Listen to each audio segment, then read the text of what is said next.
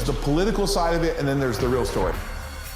There's a lot to unpack right there. It wasn't quite the interview I thought that was going to be. There's a reason for it. This will be officially my favorite podcast I've ever done. Your career started in '69, the year I was born. You and I think, are around 22 years apart. But I want to say I grew up watching you. So when I had a chance to think about interviewing you, this is really something I probably look forward to the most. And I guess I want to say, do you think you have an iconic voice? I mean, do you hear the way you sound? Because I've listened to you for so long that it's very distinctive. I remember, I believe it was 2020, ABC. I used to love, back then you couldn't just see you all the time, right? Now you can watch you on YouTube and all the social media, and you can kind of binge watch your stuff. But do you think you have an iconic voice when you hear it? No, it just sounds like what I'm used to. It was news to me how different we sound to ourselves when we hear ourselves played back. I'm a stutterer, though obviously I've largely gotten it under control, and the place that helped me get it under control was this place called the Holland's Communications Reconstruction Center, something like that. Anyway, we had to talk into a microphone and try to modulate our voice so we don't hit sounds too hard. If we did, then the red light would go on, and then we would listen to ourselves. I would say, well, that's not me. But it turns out that when you hear your own voice, you hear it the way everybody else does, but you also hear it through your cheekbones. And so it sounds different. Most people don't like the sound of their voice when they hear it for the first time that way. Yeah, I grew up listening to you. I always thought that you made the most sense. I don't know why that is, but why do you think it is? I mean, why do you think it is you made the most sense? And maybe these questions don't make sense to me because I'm a little bit of a fanboy, whereas I've watched you for such a long period of time. But I recently saw an EV video of you talking about the reality of EV. And what I've always had trouble with is, why is it that people can't be logical? Like, you just seem to be logical.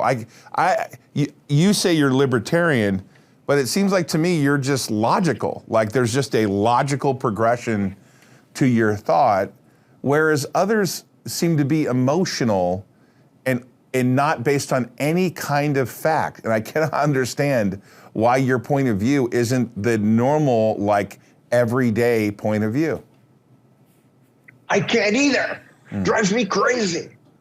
And I don't mean to be silly about it, but when I discovered libertarianism and read a little bit about how free markets leave people prosperous, I thought in 2020, oh yeah, I mean, this is just beautiful and simple. And if I just explain this to people, they'll get it and they'll stop spending so much and passing these government programs that hurt more people than they help. We just have to explain it to them. And it's taken me another 30 years to discover, no, some people's brains just will never accept this. It's the artist's brain. I often find this among artists. And it's infuriating. My own wife, I've been married 38 years. She still says if she'll watch my videos, which we release every Tuesday, okay, I get that maybe electric cars are not so great and all those children are dying to produce the batteries, and where are we going to get the electricity? But it'll work out. And what about this? And what about this? Their brains don't want to let them get it. And I wish I knew why. Yeah, one thing that I'm pretty, because I'm in the oil business and we drill for oil in Mississippi, Texas, and Louisiana. And I point out to people that when you make an electric car, you use plastic components and hybrid components that come from petroleum. You can't. I can't even have the argument. All right. Well, I'll take the other side, and we can have the argument. Well, but that's very little, the amount of plastic in the car. If we could just cut what 99% of the oil use, will save the earth. Yeah, but there is no other side because the petroleum products are used in so many other things. Anyways,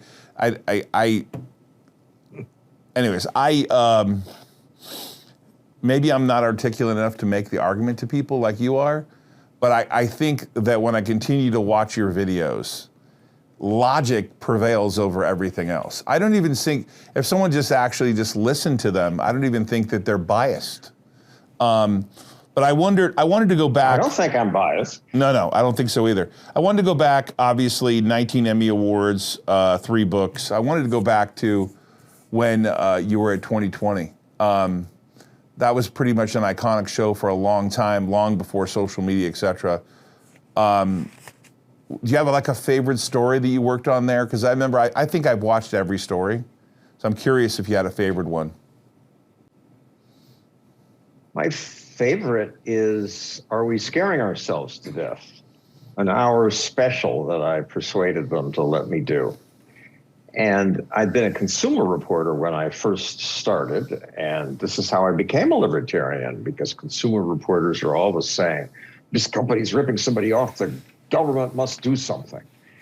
And in Oregon, they created a Department of Consumer Affairs and Justice Department partly because of my reporting. And I gradually saw that all the stuff I was pushing to get passed didn't help much. It just added layers of bureaucracy. We license TV repairmen and license car dealers, and makes us feel safe. We license dogs. It just sounds like somebody's checking. But I later learned that all it does is make things a little more expensive. The cheaters still cheat, and nobody wins from that. And that's when I started looking more at the reporting we did. And another part was that I saw, if it bleeds, it leads. No one's going to watch 2020 if I say, tonight, 1 million planes took off and landed safely. No, it's the plane crash that gets the news. And nobody's gossiping by the back fence about who's being faithful to their spouse. It's the bad news that we publicize. And we get into it when they say, as they did, Stossel, you got to cover lawn chemicals. They're killing people. And some trial lawyer had found some chemical that he won money claiming that this pesticide was really hurting people in a gruesome way. Their skin gradually peeled off. So, yeah, we got to cover that. That's terrible. But never did we step back and think, well, what's the substitute for this pesticide? How bad is that? And how many people are killed by other things? If you're focusing on the ants, you don't pay attention when the elephants are coming. So I spent a lot of time figuring out what kills people in America and made a list on my wall.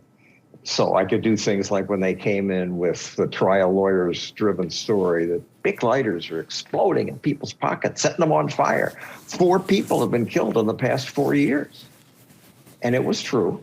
That had happened. They spontaneously started burning.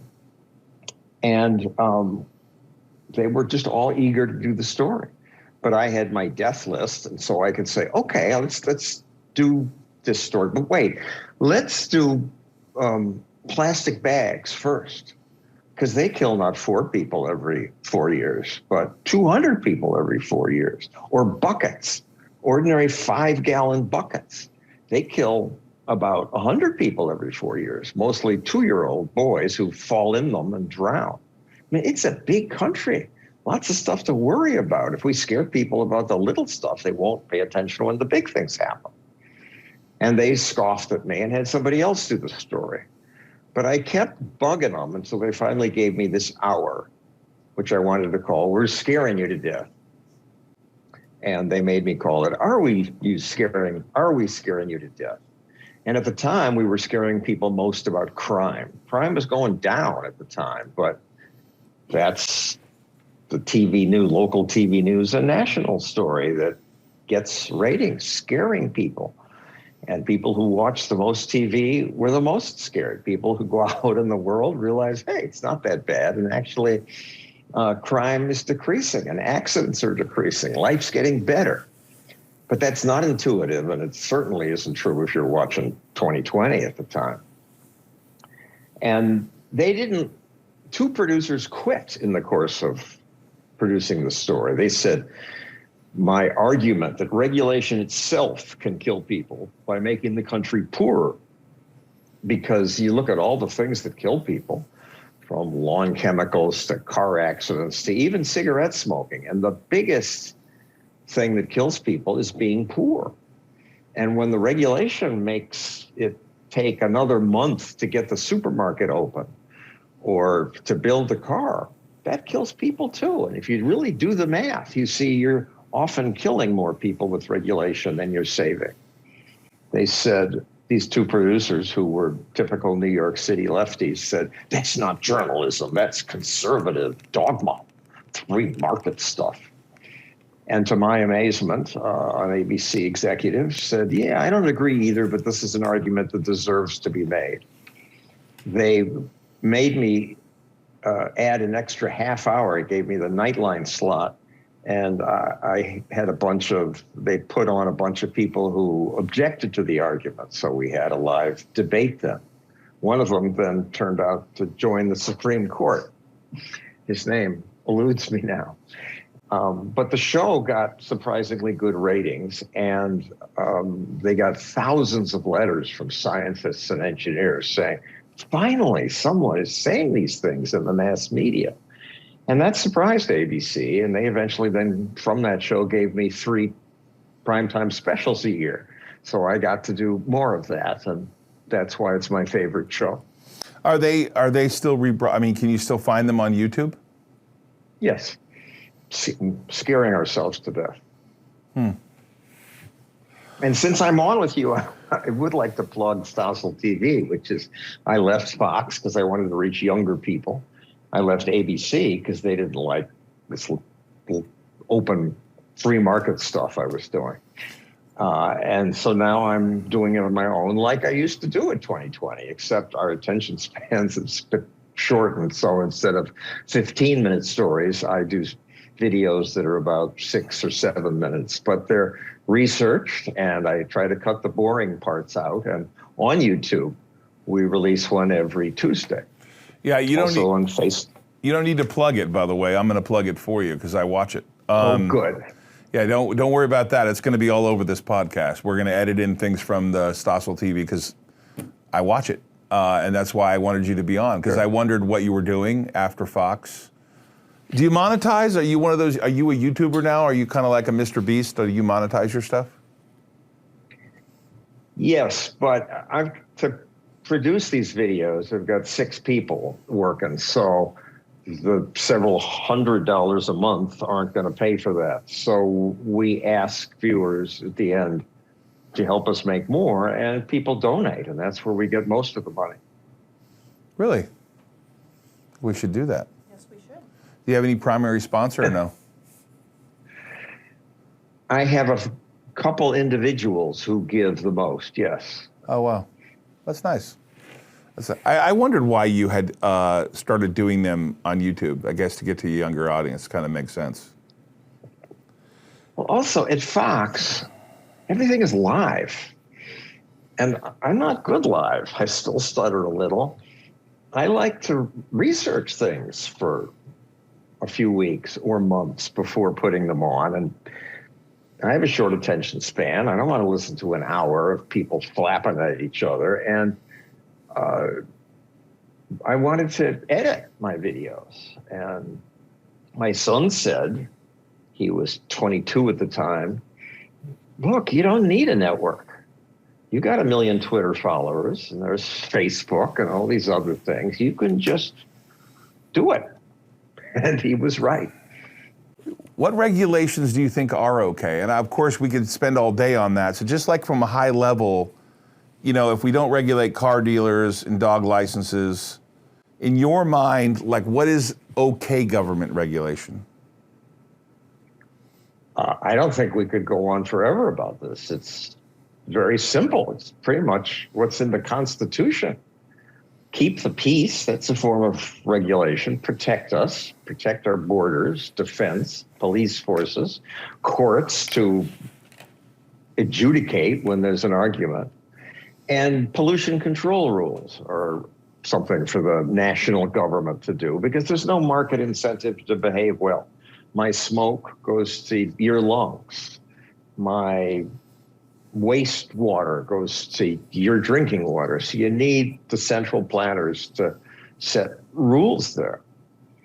But after that, I would argue the government should do almost nothing in terms of regulation. We can regulate ourselves. And it's hard to imagine that people, well, food, the meat wouldn't be safe. Remember The Jungle by Upton Sinclair? You want to eat poisoned meat? But people think that way only because government stepped in with its heavy hands. If government hadn't stepped in, meat companies don't want to poison their customers. They don't want to get a bad reputation, especially now with the internet where you immediately find out who's good and who's bad. Private groups would spring up like Best's Insurance Guide or Consumer Reports.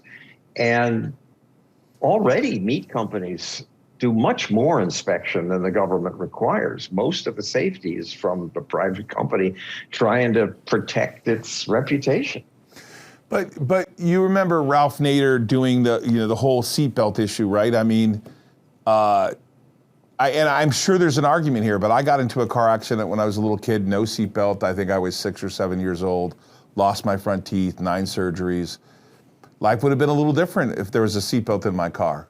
Or is it your logic that eventually we would have demanded seatbelts? Yes. And Ralph Nader talking about that is in that program, Are We Scaring Ourselves to Death? And, seatbelts is one of the government regulations that clearly has a good record in terms of saving lives. Seatbelts do make a difference, and especially the 3-point seatbelts that come over your shoulder. But if the government hadn't required it, Volvo was already starting to offer them in their cars. Then instead of one government standard that was clumsy at the beginning, especially, and awkward to put on, and until they mandated them, bing, bing, bing, in your cars, lots of people didn't wear them. Then instead of one kind of seatbelts, companies would have competed to make the best, most comfortable, easiest to put together seatbelt. And what I would argue would probably have fewer deaths now because the seatbelts would be better and more people would wear them. I saw recently that I think it was Biden signed a law mandating people car companies put something in their car to prevent kids from being left in the car. And it was going to add thousands of dollars to each car. And of course, it's a problem, but it's not a problem that, well, sometimes the solution's worse than the problem, right, in terms of economics. I presume that would be your argument. You're right on. And let's explain it further. It was terrible what happened to those kids, and you want to do something. And so what if cars cost a little more?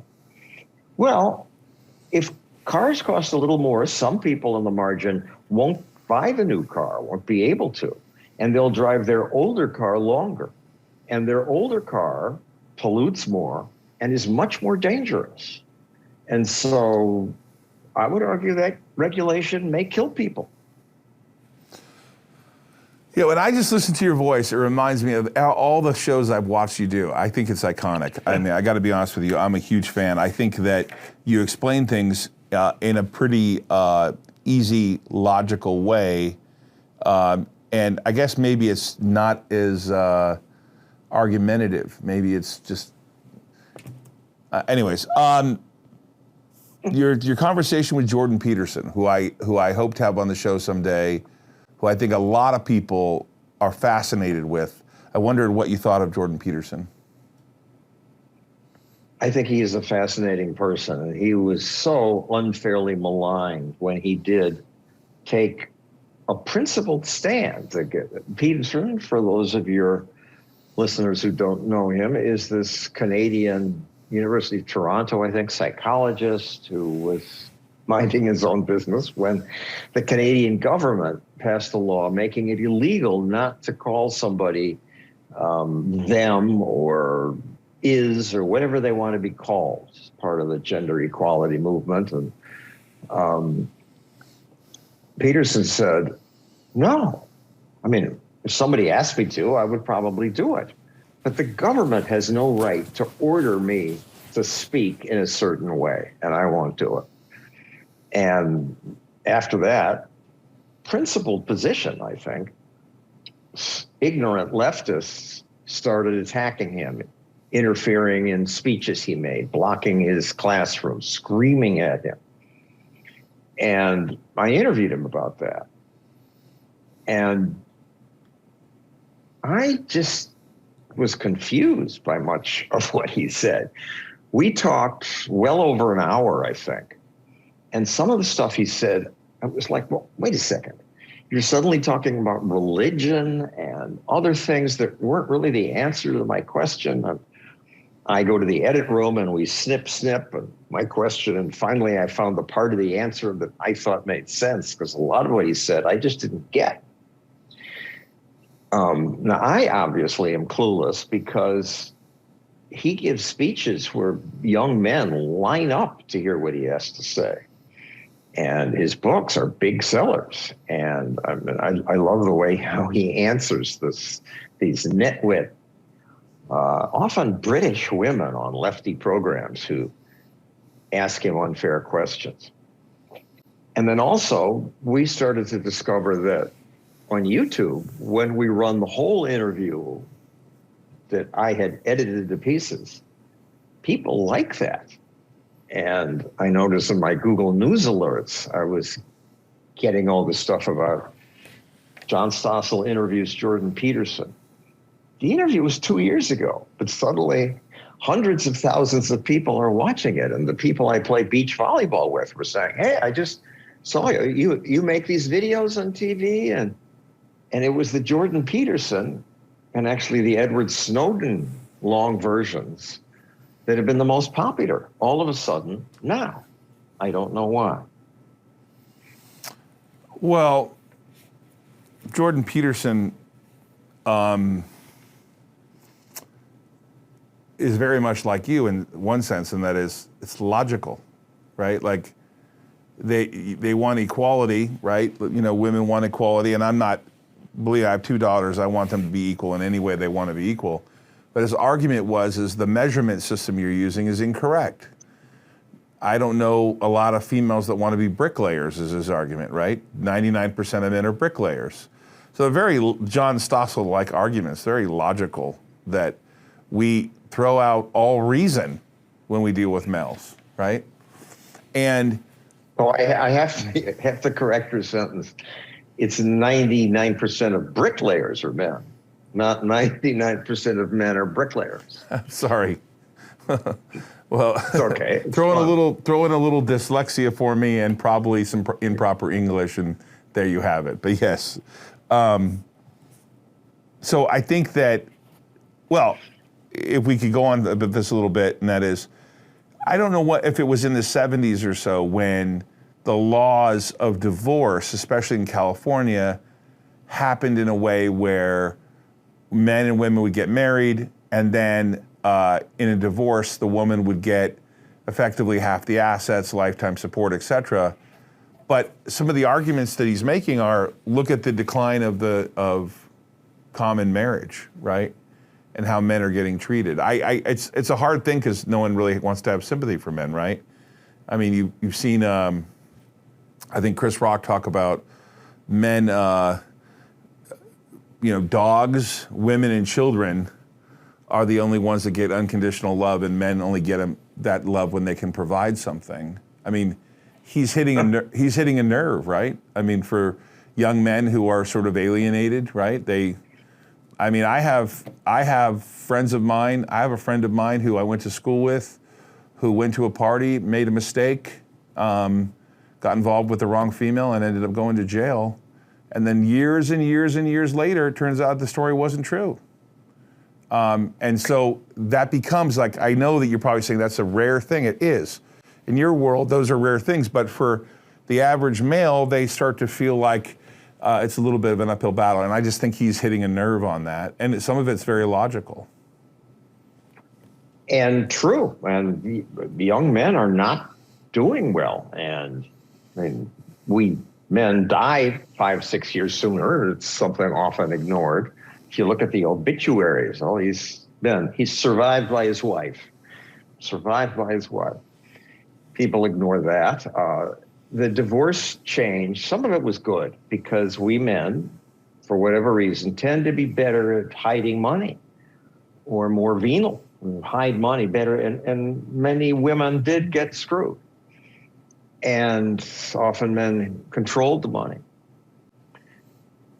Interestingly, one 2020 story I did with a psychologist was his point was that, well, men do better financially than the women often after the divorce. The women do better in the most important things. Women rate themselves happier. They have much better lives after the divorce because women have more friends, people who they share intimate stuff with. On average, he said, women have 6 close friends. And men generally had 1, and usually it was the ex-wife. Yeah. So there are so many winners and losers in many ways. Mm.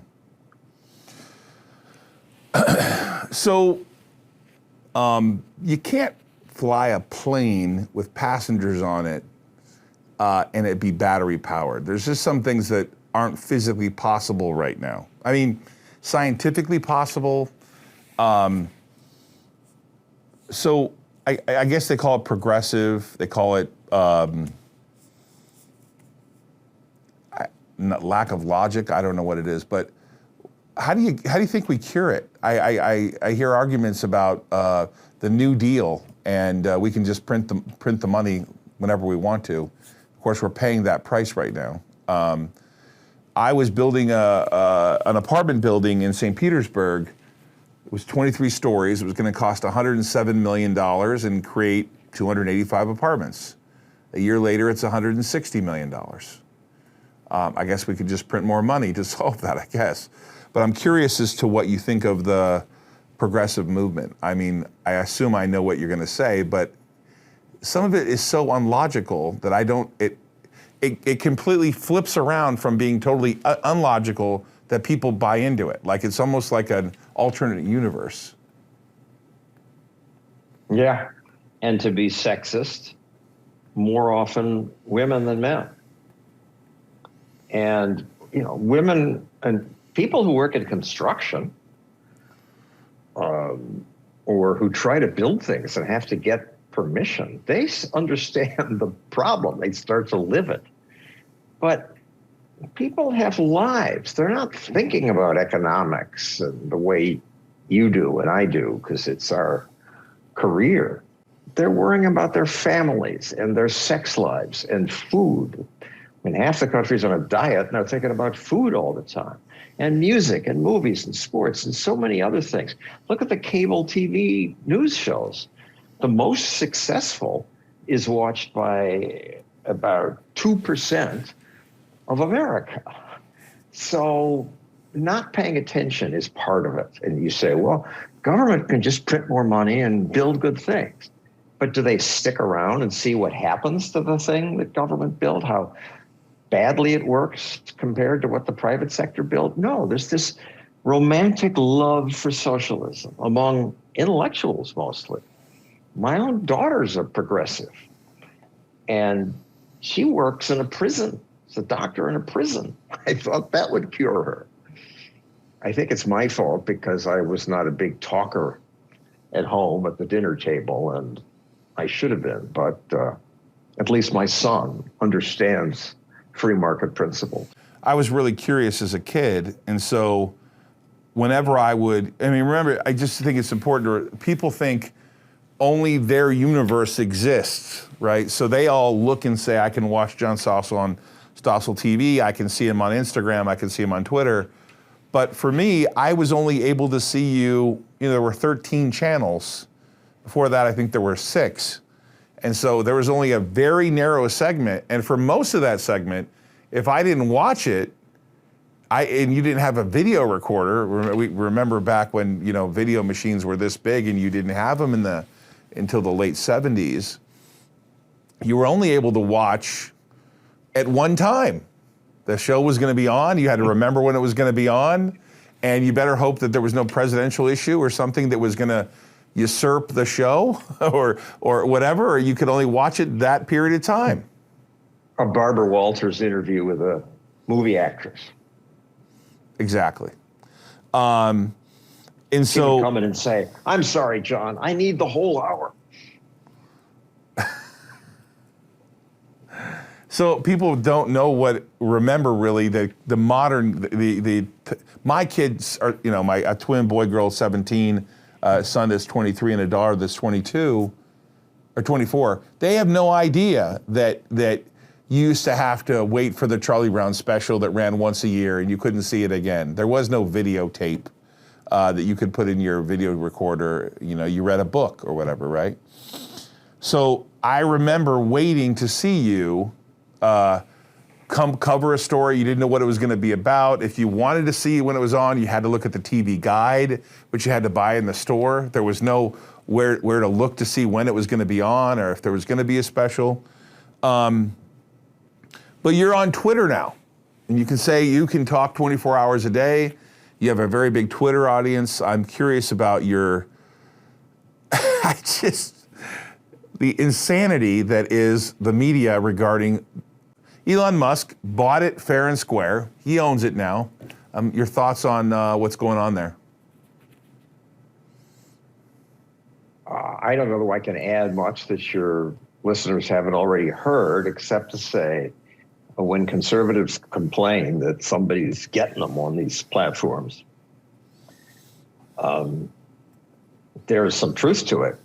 I had 1 million Twitter followers, and then the number gradually went down to 900,000, 90,000, to just below 1 million. And it just stayed there, going up and down a few followers for the first years of Twitter. It's like somebody didn't want me to have 1 million followers. And after Musk bought Twitter, it's resumed, which is sort of the more logical thing as people discover these videos. It goes up by 100 or so people every day, and now I'm back over 1 million. So what's that about? Was there some angry socialist who just didn't like the Stossel videos and didn't want them to be in the category of more than 1 million? I don't know. Twitter is a cesspool. There's just a lot of angry, stupid people, but it's also a good way to learn about new things. And good for Musk. Good for Musk for saying, I'm a free speech absolutist. Then it turns out you really can't be, because what about all these people who just want to say, well, I won't say it all day? And so you need somebody to moderate. Yeah, it is a difficult thing. I have an interesting following, and I have some people who love me and some people who hate me, and I got a death threat yesterday.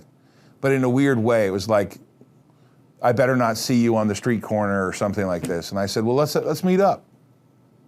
I didn't get a response, but yeah, the actual, I'm in Nevada, so the part that makes me feel good about being in Nevada is if they came into my office, they probably wouldn't make it very far, because in Nevada, you can open carry. And in Nevada, when you rob a liquor store, you don't need to be worried about the guy behind the counter. You need to be worried about the people in the liquor store.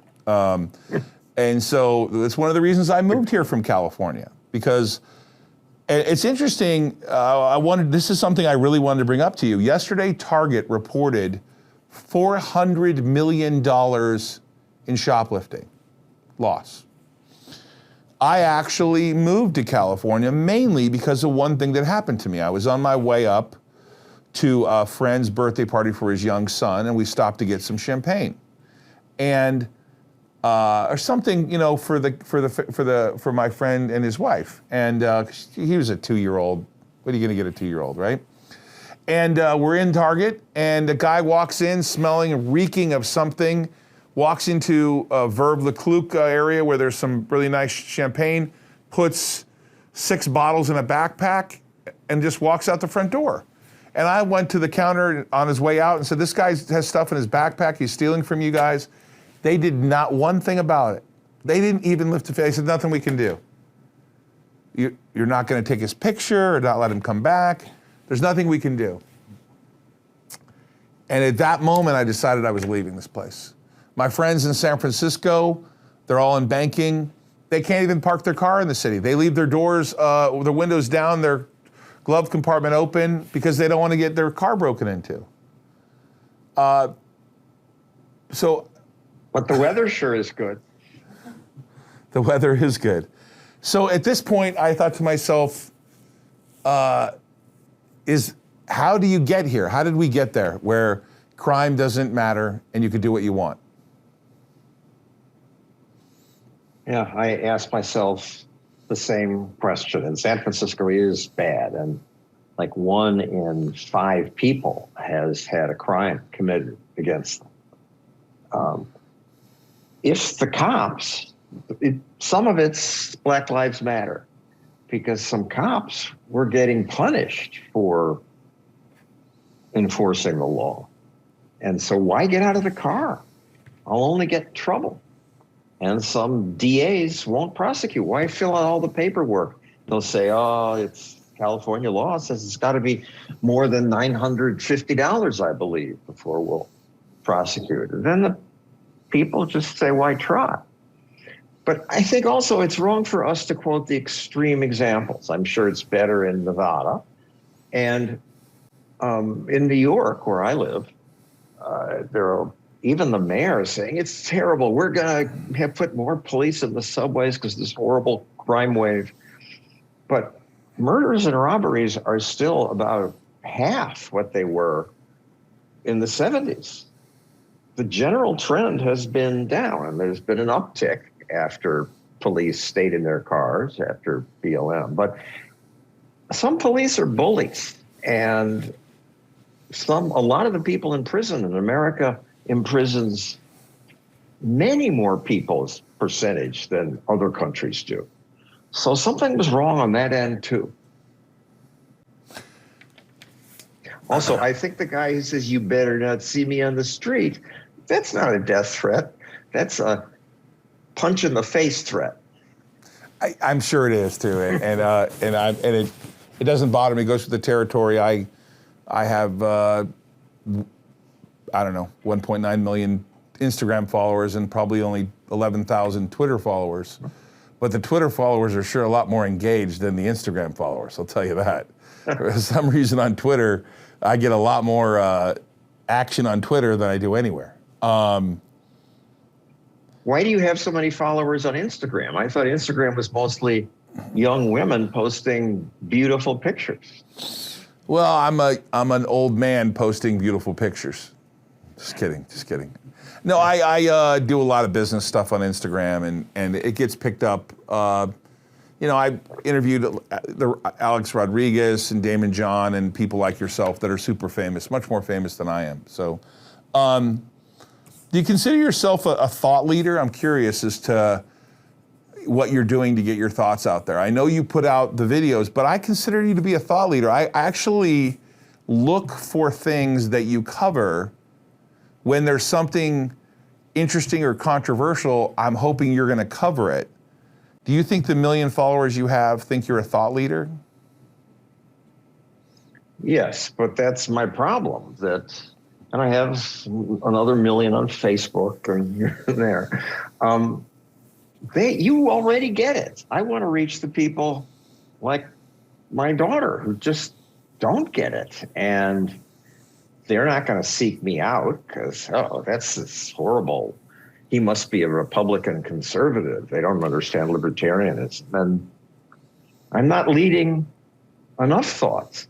You mentioned the time when if you didn't watch the program, it was gone. And I used to get letters from teachers saying, oh, I wish I taped your show because it would be so useful to play this in my history class or economics class.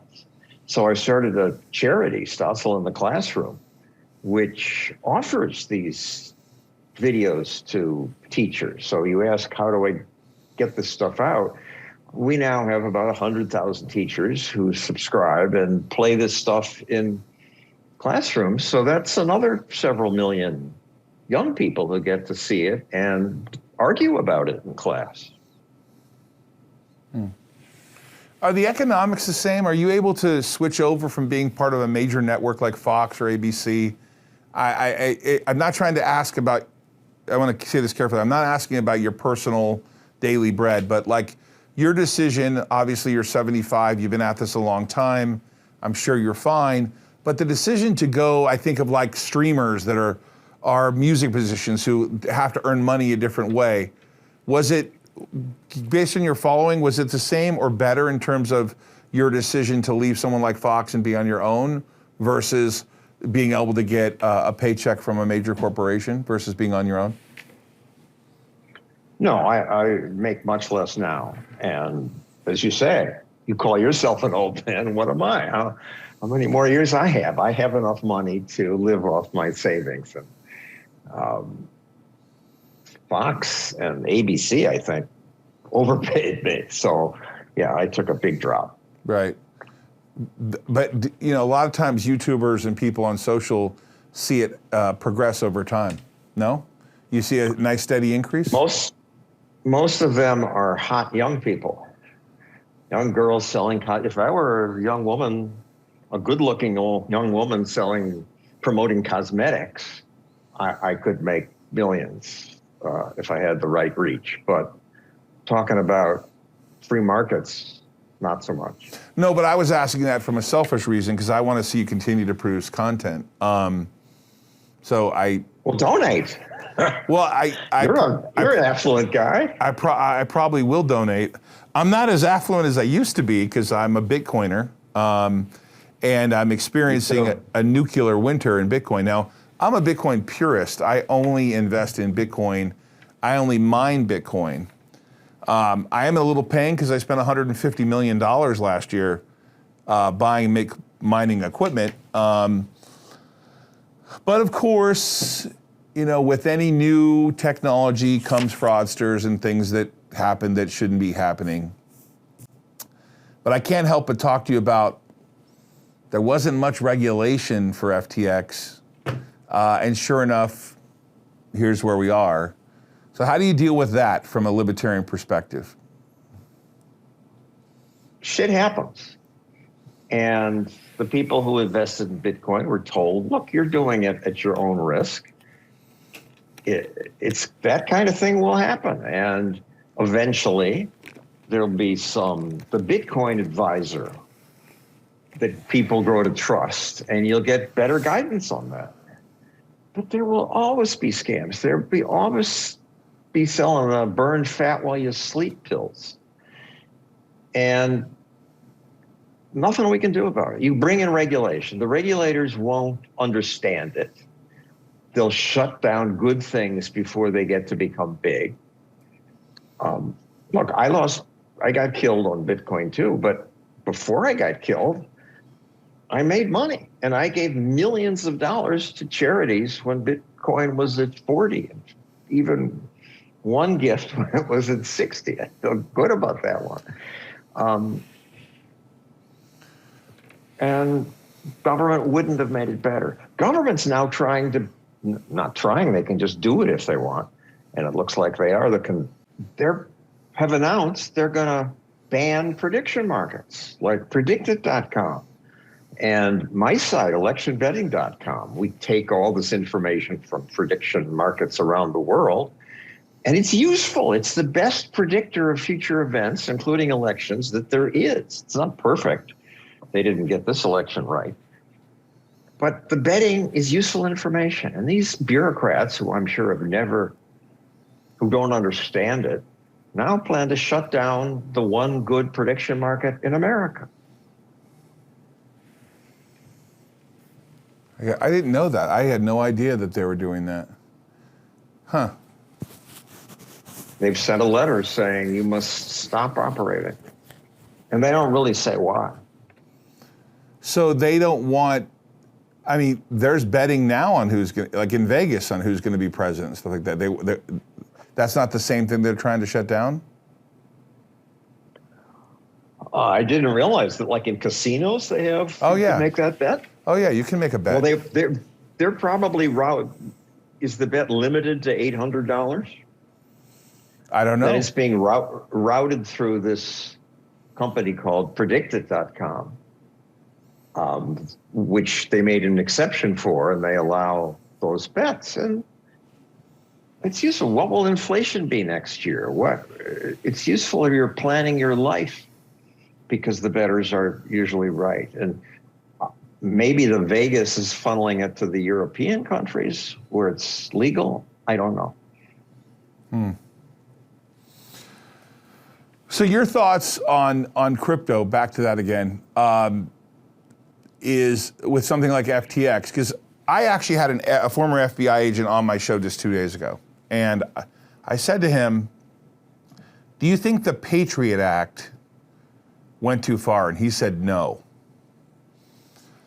And one of the things that my industry has experienced is that Congress and the regulators won't deal with actually just making something the law.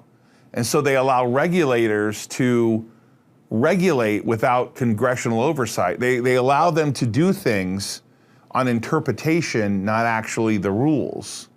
And so the financial community, like broker-dealers, the number of broker-dealers has been wiped out by more than 60%. The ability for you to, in our case, when we decided we were going to mine Bitcoin, over 10 different banks shut our accounts down. They just said, we won't do business with you. Now, of course, that's the free market, and they don't have to do that. But ultimately, there was a program called Operation Choke Point, where they wanted to choke out all the people that were doing payday loans and things like this. They're short-term issues. And my fear with what's going on with FTX is that they're going to go overboard. They're going to try to solve something with a hammer when it needs a tiny little chisel.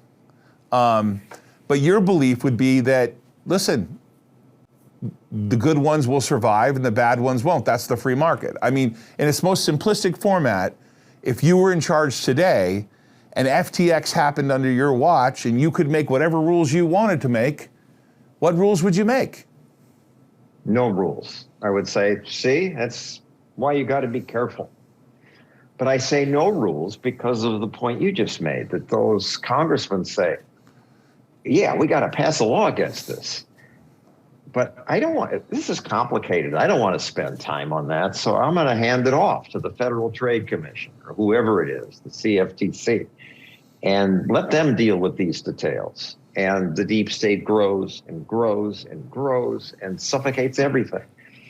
Dodd-Frank, after we had the financial, what's called a crisis, I would call it a dip, after things got too overheated, big banks liked the Dodd-Frank rules because they had whole armies of lawyers who could understand them and deal with them. The little banks got killed. We have much less choice in banking now because of Dodd-Frank. Thomas Jefferson said, the natural progress of things is for government to grow and liberty to yield. And that's always true.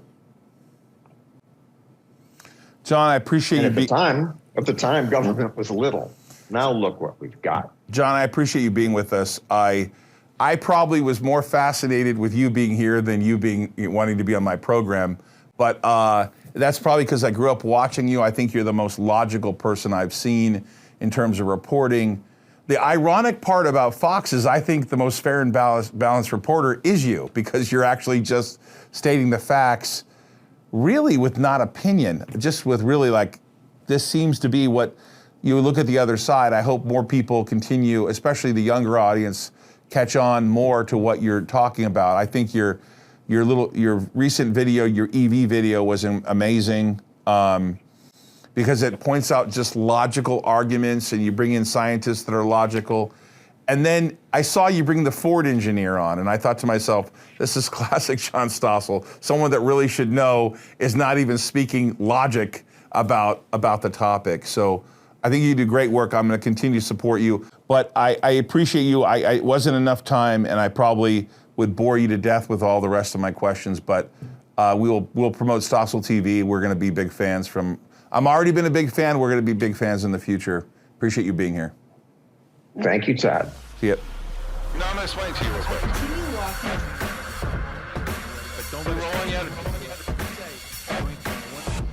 There's a reason for it.